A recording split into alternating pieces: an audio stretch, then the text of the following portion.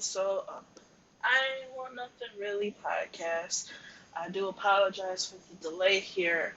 For the past few days, I've been contemplating how should I do this. Should I do it once a week? When I get around to it. Um, Also, I've really been enjoying the feedback on my first episode. I know that I was kind of nervous. Y'all could clearly see the technical, or you could hear. So using that same podcast termination, but you could hear the clicking from my mechanical pencil. Like when you're in the office and you click, click, click, click, click, because you're just thinking hard or you're nervous about something. So that's what it was. First episode when you hear it. But my opinion, the first episode went okay. I need to do some improvements. I need to stop sounding like I'm nervous. I mean, I was because it was 2 o'clock in the morning. Everybody was kind of asleep in my house, and I didn't want to wake nobody, and it kind of looked weird. It's like I'm not on the phone, but I'm talking, and excuse me, I got a little sore throat, so but seem in and out, forgive me. Um, some things I want to change also is, the nervousness and the background noise. I promise I won't have any pens or pencils in my hand, or maybe not tap the floor as much, or you know, not have dead air between segments probably.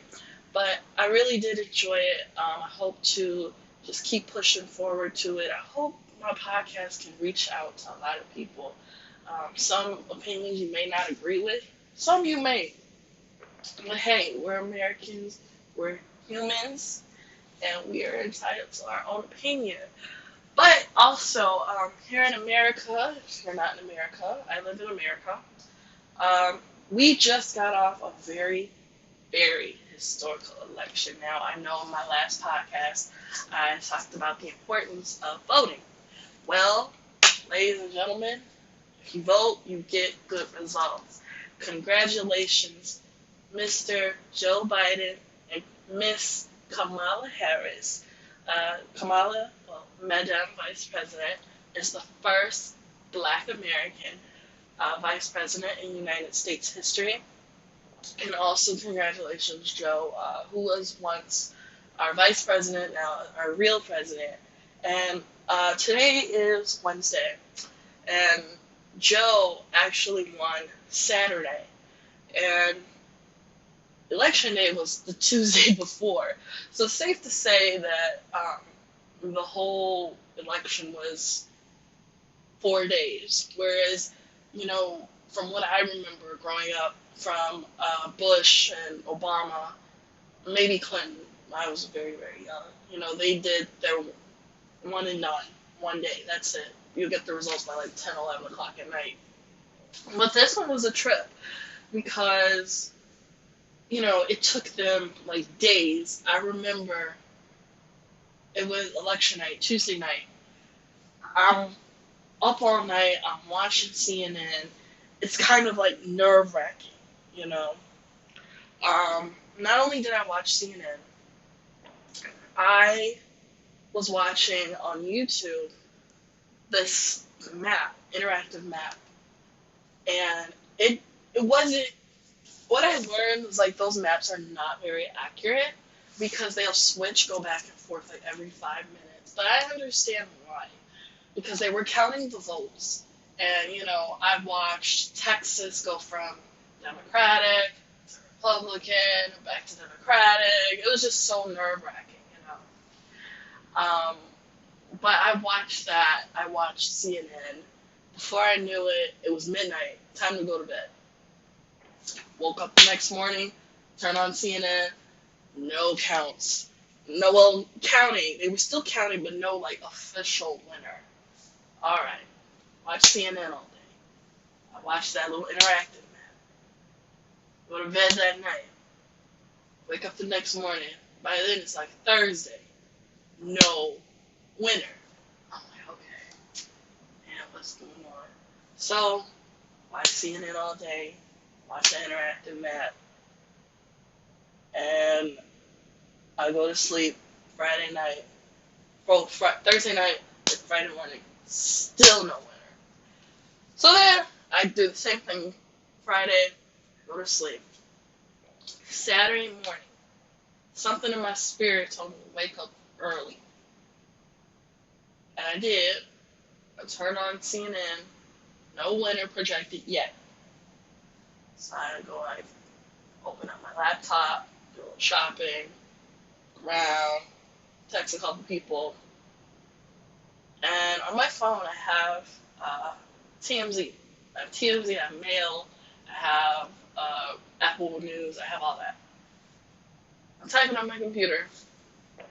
I look down at my computer and it says Joe Biden wins presidential, uh, presidential title, whatever. Well, yeah, right. It's TMZ, dude. Like, TMZ mess up sometimes. So then, I double checked. Like, someone told me to go back and double check. And when they said Joe Biden is to win presidency projected by CNN, I immediately went to, I turned my TV on, turned on CNN, and there it was. Joe Biden has won to be the president, the 46th president of the United States of America. And I'm very happy. I still feel like I'm on a high because I watch Joe Biden on TV. I've been watching Joe Biden on TV. He's been having like press conferences and even from his like acceptance speeches. Joe Biden is really a stand-up person, and I am glad I voted for him. Um, I do see a great presidency out of Mr. Biden. He has a great life. I look forward to seeing what she's going to contribute to the country because everyone know, first ladies, they contribute something, Michelle Obama, she did the reduction of childhood obesity. Um, one of the ones from the 80s, they did like the anti-drug, and Laura Bush did childhood literacy, and Melania, she claimed cyberbullying, but I think that was just real quiet. That's been real quiet. I ain't heard nothing about no cyberbullying, nothing, because we have the block button. That's what's the block button. Okay. But I'm very happy. And Jill Biden, I want to talk about Jill Biden. Doctor, let's not do that. Dr. Jill Biden, she's educated in, I think she has her doctorate in education. And I hope that, she does something for the education field, whereas if it's pushing student loan relief, maybe giving an extra push to education, maybe going on campaigns, explaining how important it is. Anything like that, I do look forward to it. I do look forward to also seeing who's going to be in his administration. She's very sharp, so I'm sure he's going to have some sharp people in his corner and help us get America back to where it needs to be. And I say that, what I mean is that America will not be the laughing stock. America will be back to being the top-notch greatest country in the world. I mean, to me, we are still the greatest country, but with our leaders, it's like sometimes we get laughed at because of who's in office. Trump, he gotta go. He's really gotta go, and he's right now. It's been almost like a week since everything has wrapped up, and Trump is still like having a fit. He's not, he's just sitting on TV saying, "Oh, I won." It's like, clearly, dude, the electoral votes was about 273 to 114, 113. And let me state the obvious here. The 213 that Trump had, that stayed there for days. I don't remember it hiking up. No, doop, doop, doop, doop. It went up every once in a while. Pre- President-elect Biden, his was just shooting up, shooting up. So safe to say that, Mr. Biden, he won fair and square. And you're acting like the one guy who loses to 2K and demands to just restart. You know, he's out here acting like that one guy who thinks the Xbox and the PlayStation is cheating. And he wants to switch players and, I don't want to play with Braun, I want to play with Jordan, I want to play Iverson, I want to do this, blah, blah, blah. But, safe to say that, Mr. President-elect Biden, he won fair and square. And the number of votes he made history with, 74 million, which was the last number I saw now. I understand they might be still counting. Nevada came in here strolling late. They're probably still counting votes from Georgia, I think. I can't don't quote me on it, but I know they're still probably doing recounts and stuff. But Joe made progress or history by having the most popular votes, which is amazing. Congratulations to him. And again, this is why we vote. Put change in the office. So obviously, the next time you come across a person that says, "No, I'm not voting. My vote doesn't count." You got to show them this. This is historical event, and we did it. We did the thing.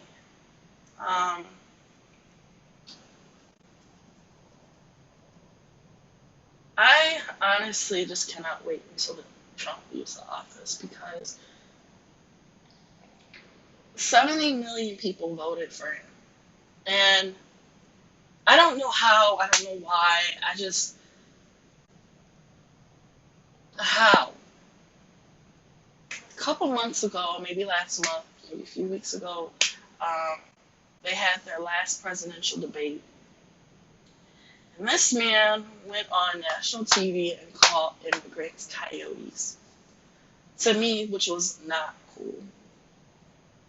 And in the context of how he used that word, he was trying to say that immigrants are going to come and just, mess everything up. That's not true. What they do is they come to America to live a better life. They provide a better life for their children and opportunities for their children to grow up, go to school, go to a good university, and just have the career they want to have. They're not here to hurt us. They're here they work just like us. They take care of their families just like we do. They're no different to me. But 70 million people, and some of them I hear are Latinos, which kind of bothers me, How can you vote for somebody that went on national TV, international TV at that, and disrespected your race? How? I also want to know, as an African American woman, how do people African American descent, go vote for this man? And he's clearly disrespected us too. I'm not understanding. And again, I have my theories of how Trump won the first time. People were going in there voting for him as a joke. Well, that's not funny. I know that the people who voted for him as a joke sat through these last 4 years like, dang, I should have not done that. There's consequences and repercussions when you do stupid things.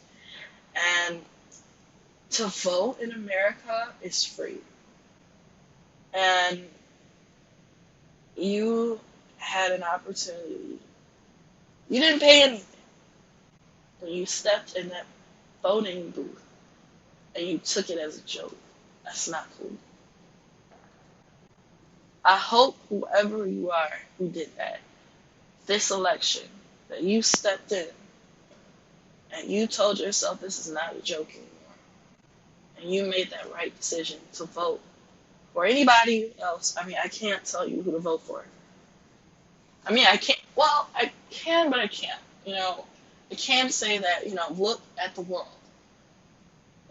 Look how some policies are messed up, some policies have been reversed, some things are up in the air, but you might have a different belief.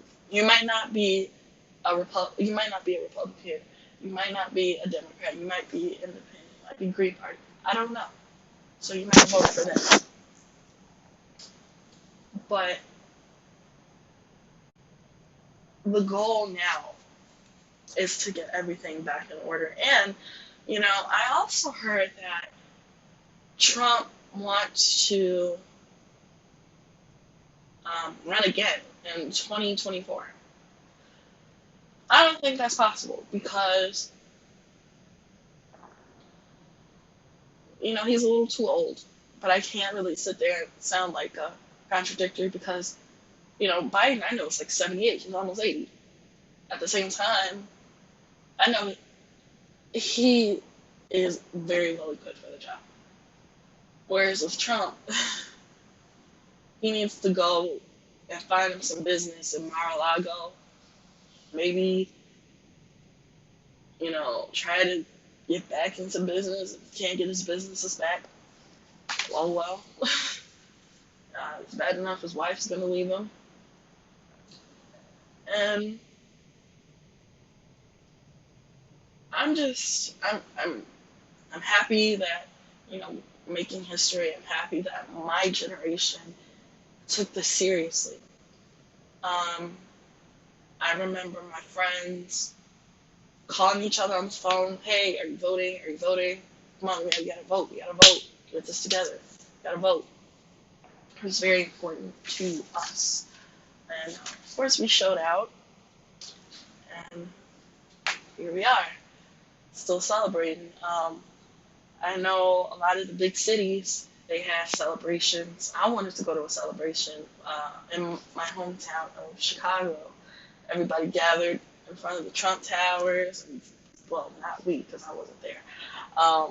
Danced and played music, just honked our horns all up and down Michigan Avenue. It was just a beautiful thing to see.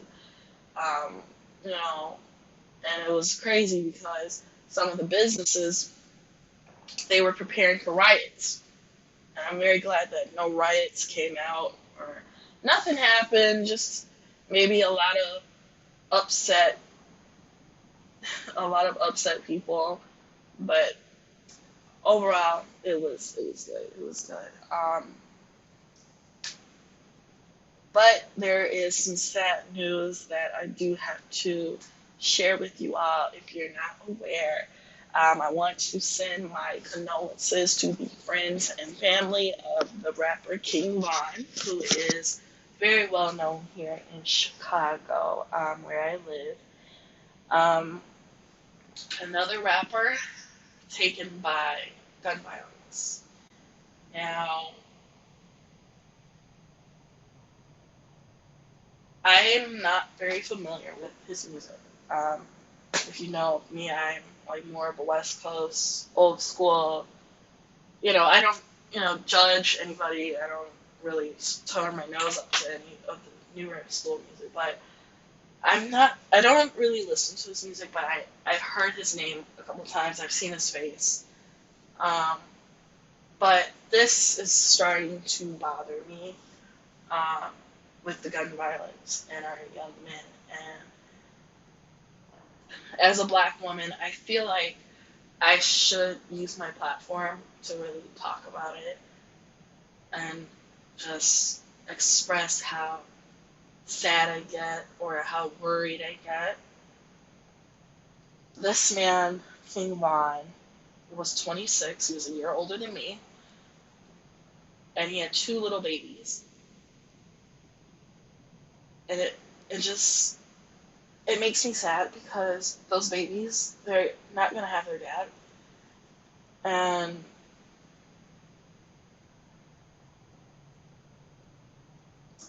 why does this country have such a major gun problem? For the life of me, it, I don't understand any administration why we're not, you know, maybe I'm not educated enough. Maybe someone needs to explain this to me. Why is the administrations in the White House, why are we not doing anything? You know, why is it so easy to obtain a gun? I, it's just, oh, I just, it, I, I just want an answer for that. Um, we lost Nipsey, we've lost Tupac, we've lost Biggie, just so many bright, talented people to gun violence. And I just want to know, like, I really honestly don't know a lot about the story. What I know is that this young man, he's in Atlanta. I'm not sure if he lived there or if he was just down there. And he was shot and it was captured, which also disturbs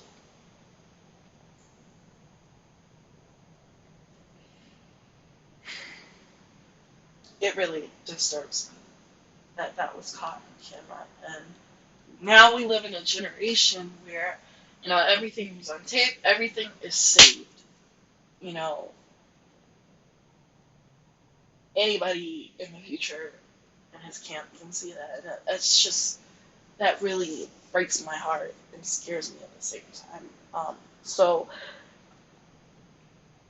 I'm I don't want to really get too deep into this because I'll start crying. Because again, this is another young person gone due to senseless gun violence, and may he rest in peace. And God keep his family covered by the blood of Jesus. And I'll just leave that there.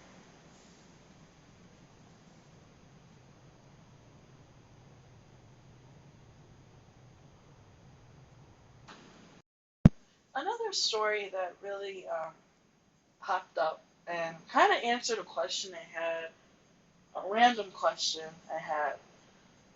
The Kardashians and Larsa Pippen. Now, if you guys don't know who Larsa Pippen is, she was married to NBA great Scottie Pippen since 1997. I think they very recently got a divorce. But why did Larsa Pippen and the Kardashians fall out? Sometimes when you're like me and you don't have nothing going on, and you just sit in the house all day and you just wonder, hmm. And one of those situations or questions was, why do I not see Larsa Pippen hanging around the Kardashians anymore? Well, my question was answered, and if it was your question, it's answered. Basically, she went on an interview and she said that Kanye West brainwashed the Kardashians against her. Weird, right? Weird, but not really weird because these things do happen. But uh,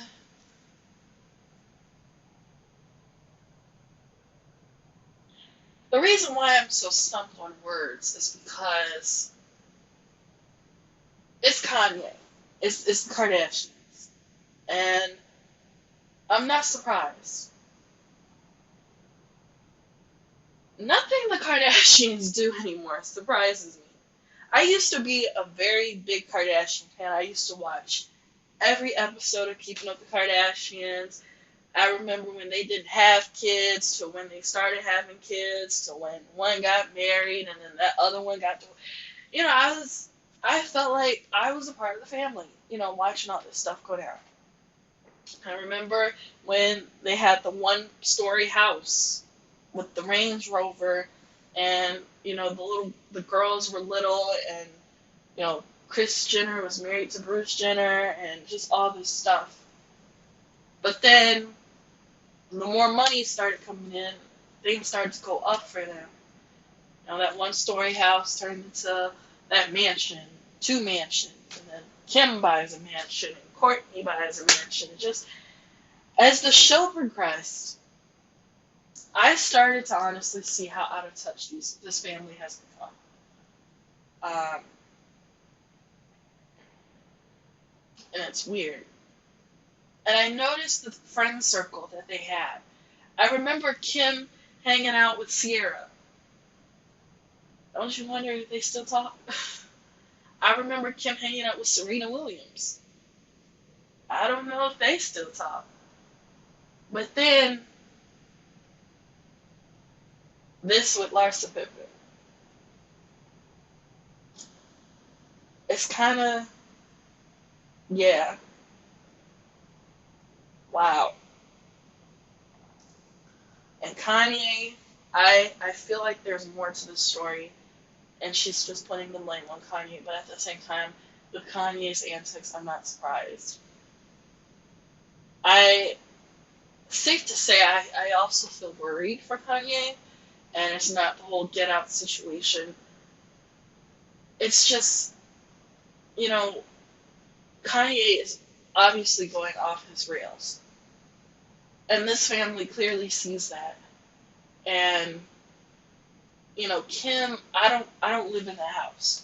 So I can't sit here and say, well, Kim is just out here letting that man go off the rails.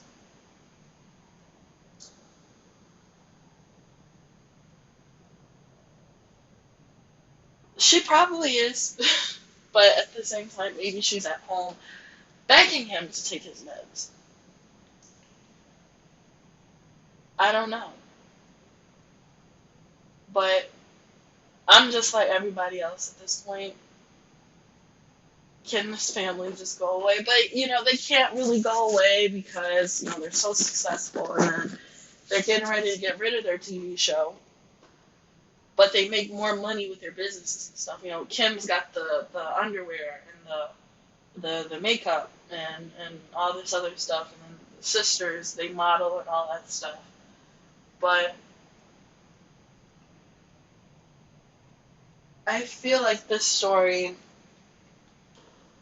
can go so many ways. Maybe, Larsa is lying, or, maybe Kanye is really off the rails, or, ugh, I lost my train of thought on that one. But we are at my last segment. Hopefully, this will help anybody who is stuck, who is in the house, still quarantined, still unemployed, probably work from home and just log off for the day, and you don't know what to watch on Netflix, or you don't have cable, or you got cable, you don't want to watch cable. Um, for the past few days since my last podcast, I've been watching a lot of great documentaries. I'm a documentary buff, um, and that stuff started since I was in college. Um, and I have a few Netflix picks for you if you're curious. The first documentary I watched was the Studio 54 documentary. Now, I was born in the 90s, and our clubs were raves and all that stuff. And Studio 54 was like this 70s cocaine dancing club. Michael Jackson used to frequent there a lot, so you could check that one out. It's about an hour and a half long, a lot of history. Um, Great faces you'll see in there, great history facts you'll learn. Another one is my next guest with David Letterman, one of my favorite shows. And I did enjoy the one with Dave Chappelle, who is an amazing comedian. We love him so much in my home. We watched all his stand-up specials numerous times on repeat. And also, Clive Davis, the soundtrack to our lives. Now, Clive Davis, some of you all may be young, be like, who the heck is Clive Davis? And some of us may be older and be like, Clive Davis. Clive Davis is the man that discovered Whitney Houston. And Whitney had a tremendous career under Clive, of course. A lot of great albums, a lot of great songs. So if you want to learn about that man, he is amazing. Thank y'all so much for tuning in. I know I'm hopefully getting better at finding things to talk about. It is my second episode. So if I'm not doing this good, like, I don't have like hour episodes by like my fifth episode, so y'all can just feel free to slap me. But also, I do want to plug one more thing before I go. I did release another book, AJ Townsend 102. You can find that on Amazon. It is about $5.99 to $7.99 for a paperback, and a little bit cheaper for a Kindle if you don't like physical copies. You can also find my other books on Amazon.com. Meet Angela Volume 1. Meet Angela Volume 2. You can find AJ Townsend 101 in my bio on Instagram. You can contact me on Instagram at instagram.com/a-marie son of Tom, and that's spelled A-D as in Diana, ASHSONOFTHOM. And also, you can reach me on Twitter. Let me know how you feel about the podcast. Let me know if you listen to it. And my Twitter handle is at A-Marie Son OT, and I'll spell that one for you, is A-D as in Diana, A-S-H-M as in Mary, A-R-I-E-S-O-N-O-T as in Tommy. I thank you so much for listening again, and I hope you guys enjoy the rest of your week. Hopefully I will not be as late, and I'll catch you guys next week. Peace.